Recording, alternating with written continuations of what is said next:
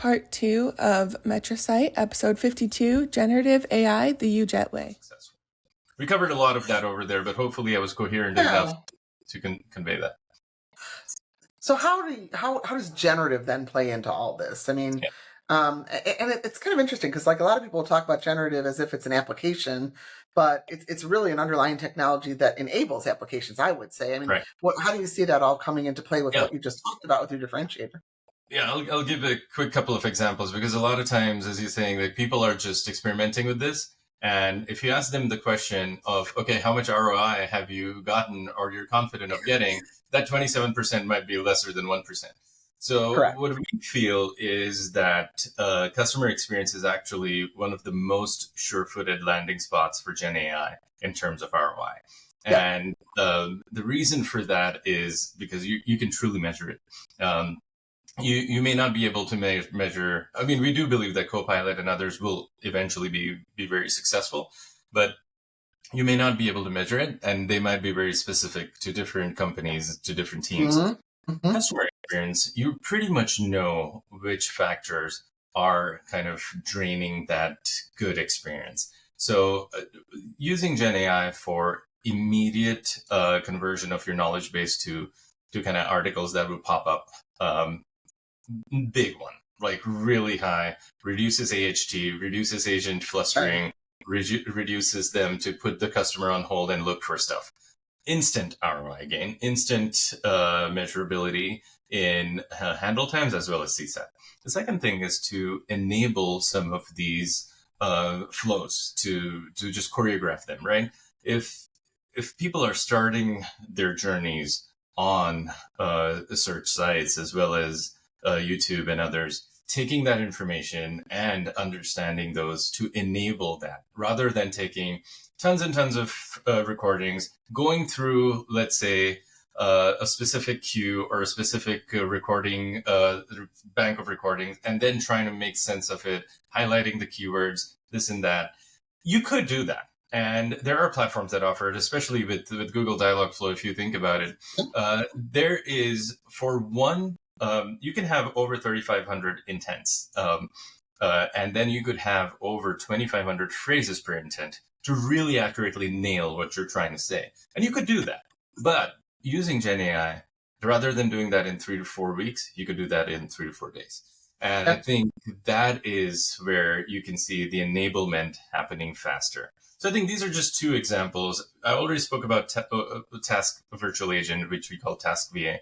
Extremely specific, specialized tasks that can help that. And you can measure that in handle time, customer satisfaction, as well as how you can really start moving some of what your traditional IVR settings that historically have had terrible metrics over to this and compare, do A/B testing. And that's why I feel that customer experience would be kind of the most sure-footed way to go about it. So how do customers then cut through the noise on generative AI?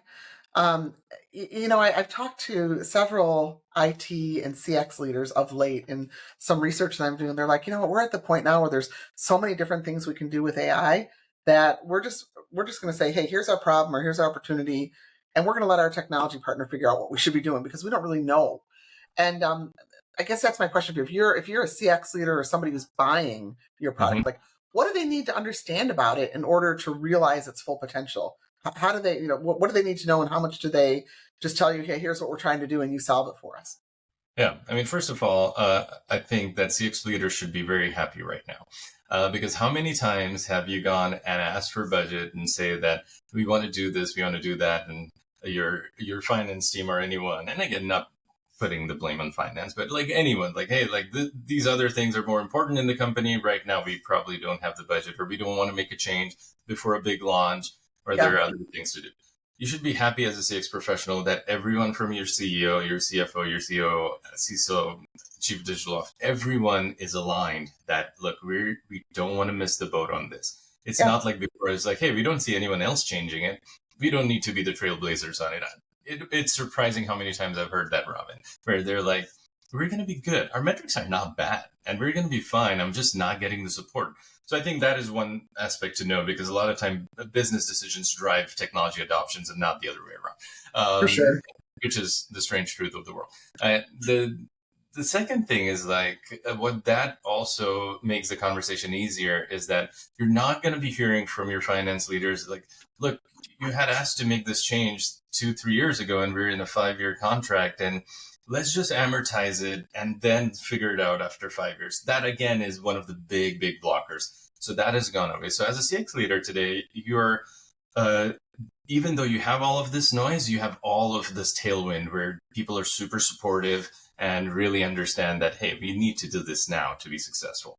So taking that tailwind, what would be is to just really understand, right? I mean, do you want to do piecemeal things? And are you really looking for a specific thing? Piecemeal is not intended to be a bad word here. Are you looking at modular things where you want to make that the highlight Yeah. of, okay, this is what it can enable. We adopted this, I've done it with this amount of budget, and this is how it made a change in the metrics and the business outcome. I want to do this on a lot of other things. So this is the power of AI. So you kind of have to pick where you could just illustrate how this can be successful. The second thing is, if you do have the support for going for an end-to-end platform, I think just grab it and say like, look, I'm going to take this shot. I found this, again, modular or a logistically separable team that I can do it in either this country or either in this group or either in the technical support as opposed to just the tier one support. And I'm going to show you these factors, and then we can really adopt that end-to-end platform everywhere. Those probably would be the ways. I know that sometimes the focus can be just on agent training, and that will yield good stuff. But I would say that taking that and truly thinking of either the same, expanding that same, or to look at a different end-to-end platform because certain things weren't met, should be kind of the approach CX leaders should be taking, because the time is now. And what you'll see is a lot of the decisions that you'll make as a CX leader in the next year or so will truly start defining whether customers associate you with a great CX brand, or just, hey, we love the product, but we love the product despite the CX. So what would you consider are the barriers to entry right now? I mean, we see certainly consumers are concerned about things like the truth, trusting the data and all that kind of stuff. But to a lesser extent, we'll see some companies concerned about cost. Not as great though as other new technologies. I think there's a general understanding that you're going to see an ROI when you use AI. I really do. Yeah. But there's definitely some concern about malicious use of the technology and the trusting of the data and the data privacy and all that. What are you seeing as far as barriers to entry right now? Yeah, very good question. So it's very different than consumer AI. So as a CX leader, you really have to be very prudent about which platforms you're picking. Having a lot of the compliances are very table stakes. Like, you have to have a lot of those compliances, but you also have to understand that the AI piece that you're adopting needs to be very much catered towards what you're trying to solve.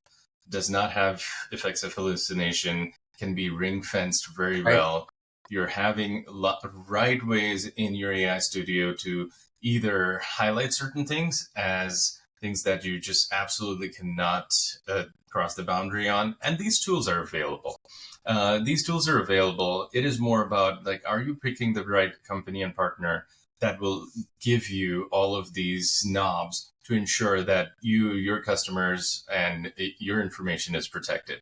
So if you're in this experimentation stage, even if it's experimentation, please do not use something that is not enterprise grade. There's a lot of stuff out there. There's a lot of noise. Please get your InfoSec team involved.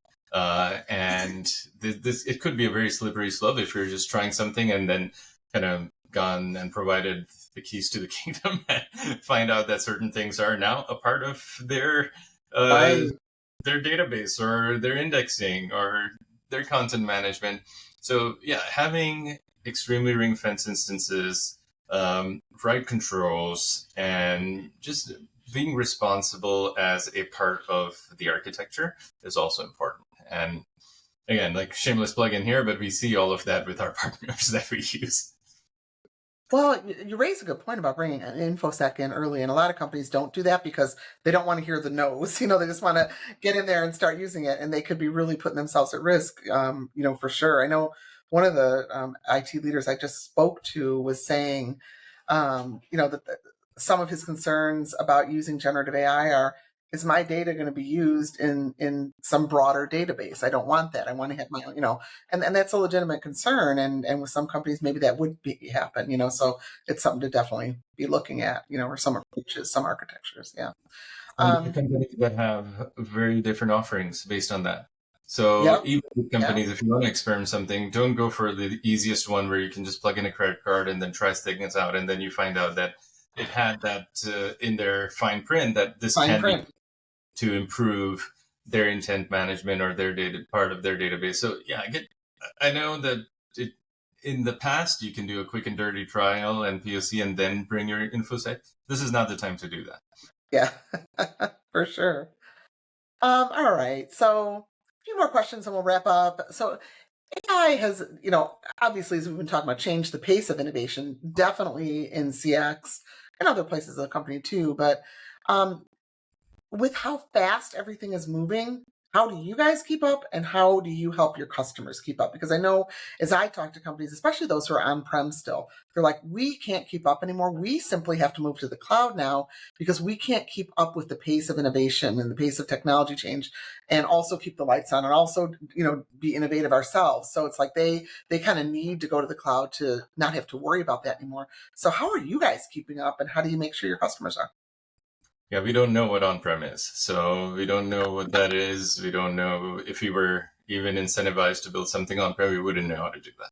So we also don't know what a traditional SBC is and all that. So I think that is why when I said that stylistically and code base wise, we are in band with AI.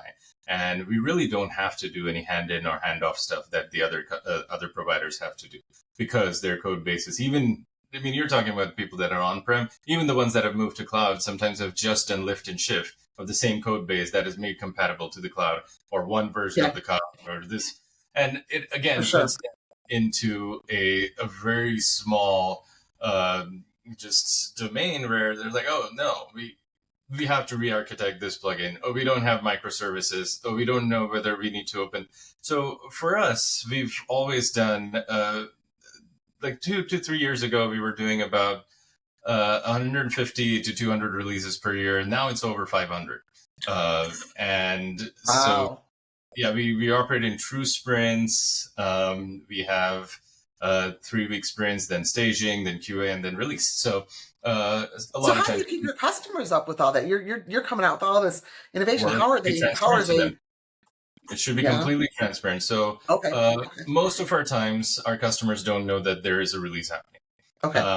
There's the only time that we need to have a customer involvement is if we need any action from them. So obviously, we notify them that this release is happening. These are the release notes. These are the things that you can expect to change, especially if there's a UI change, if there's a new smart action being launched, if there's a new payment option being launched. All of this is in the release notes, but we don't have maintenance windows. These are all live. You really, this is how modern technology is. There are no spring releases, fall releases, or anything like that. If you do that, you're behind. And then you kind of shoot yourselves in the foot when you're like trying to sequence everything to hit that. What continuous development truly allows you to do is not only have tons and tons of releases, and again, having your code base very, very much similar and in band to AI is a huge piece here. And we actually do feel we have an unfair advantage on that aspect. And having developed everything from scratch, we know exactly which pieces we need to tweak in case some of them are going to benefit from plugging in additional components of AI. technology, one of the things that I learned in my professional upbringing was a jawbone, which was technology should disappear in the background. And I've always used that as a guiding principle. So the technology should truly disappear in the background because no one really cares. You need to have your stuff online all the time, uptime all the time. No one's going to give you benefit of the doubt. Oh, it was a maintenance window and that's why we had that. You can advertise your 100% uptime as much as possible. And when you put it in the fine print, like, oh, there's about 4 hours of maintenance windows every month. That's not 100% uptime. Yeah, so exactly. That is what people need to kind of read through the fine print and just pick the right horse. I mean, really, this is a race to the future, and that race is going to culminate very quickly in the next 12 to 15 months. So I want to go a little bit longer than that. Last question here. If we want to look down 5 years, I don't know if you want to go as far as 10. 10 years is very hard to predict. 5 years is even hard to predict these days. But let's say, within, that's about as accurate as we can get, right? How does CX look in the future? Just in general, I mean, if you want to comment on where's UJET in that time frame? Are you still partnering with Google? Are you part of Google? What I don't know what you want to say about that, but maybe we can talk a little bit about what does CX look like in the future from your perspective as you've been looking at this and studying it and living and breathing it for so many years now. What I truly feel is that a few years from now, let's say, I'm hoping in the next 15 months or at least 2 to 3 years, Gen AI, the lines of Gen AI, CX, queries, looking things up, they're completely blurred. There is there's no search. You'll stop calling it search, really. We'll start calling it solutioning or whatever. So essentially, one of the things I truly feel is going to happen is that Gen AI and CX and everything just become very synonymous. People will be hopefully they'll say, let's just UJET it. But again, that's too ambitious. But so I think there will be a verb that would be coined that will replace all of this vernacular. The second thing would be, I think the virtual agents and the human agents will be completely undistinguishable. In or on, you can pick that, but there will be no difference between them. Like you wouldn't be able to tell. The specialized to get to that point. That would be really interesting. Yeah. The specialized services and the tasks, all of them will have parity. And my prediction is that humans will be used what we are best for, which is experience, empathy, and intuition. And no matter how well trained the AI would be, I think that would be something that will be hard to reach to those levels. So a lot of the mechanical stuff, a lot of specialized tasks would just become parity, and actually the permissioning, people will start feeling more comfortable in 3 years, and there'll be good control around it. And again, I'm going to reiterate my first one where I think that CX would be the number one landing spot for ROI on Gen AI. Copilot, I agree with you there. I'm close, but again, maybe my views are a little biased, but I believe that will happen. And agree with you there on the ROI. Yeah, we do a lot of research on that, and we're definitely seeing some very compelling numbers, just on all types of AI. But early numbers on Gen are pretty high too. Yep. So hopefully that answered your question. And absolutely does. And I know you have an engineering background, and it comes through with how you're running the company, how you have the products developed, how you can speak, from such an engineering standpoint, which I think is also very important because it says a lot about the products and the technologies that you have at the company. So with that, Anand, I really thank you so much for taking out the time today and for talking with us. I know your insights will be very valued by those who are watching and listening. So with that, I want to thank everybody for attending today, and have a great day. Thank you so much. Thanks for the audience. Take care.